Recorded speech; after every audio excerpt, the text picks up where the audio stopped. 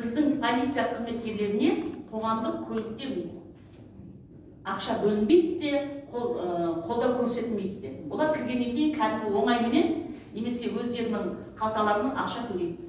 Енді ол ұрыны немесе жаңағы тәртіп бұзушыны іздеумен айналса ма, жоқ әлде төлем төлеп тұра ма? Алматы қаласындағы полиция поликлиникасы жөндеу жұмыстарынан талай уақыттан бері өтпеген. Полицияға қамқор болу дегенді еліміз ұмытты. Арнайы спорт кешенінде жоқ.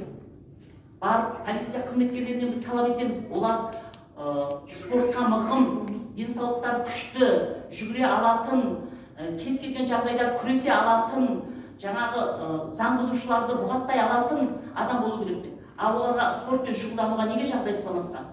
Бұрын Әуезов ауданында жақсы бір тамаша не болды? Бассейн болды. Сол полиция қызметкерлеріне арналған. Оны да алып қойды, ол да жоқ.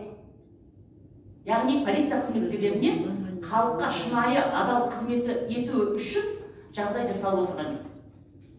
Ауыл шаруашылығы.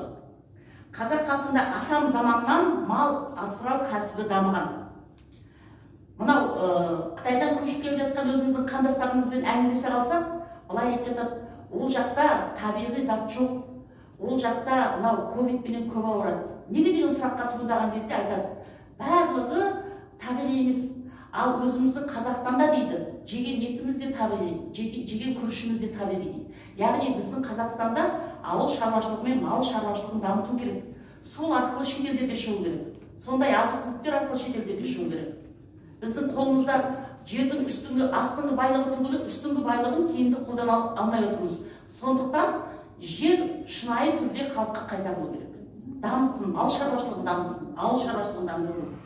Одан кейін мынау ақпарат кішкене қысқаша болса,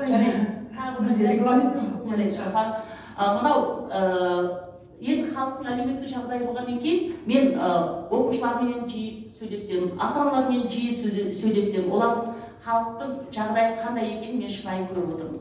Мысалға, еттің бағасы қазір 2003 болса, мынау халқымызға аса керекті табиғи дәрумендердің бағасы 4.000, 5.000, 7.000. Ана жаңғақ, өрік, мейіз алу мүмкін емес.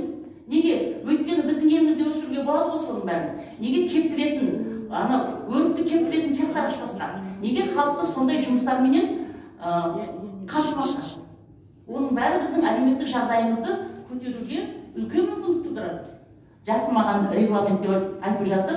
Менің айтатын мәселем өте көп. қазір сұрақтар болса,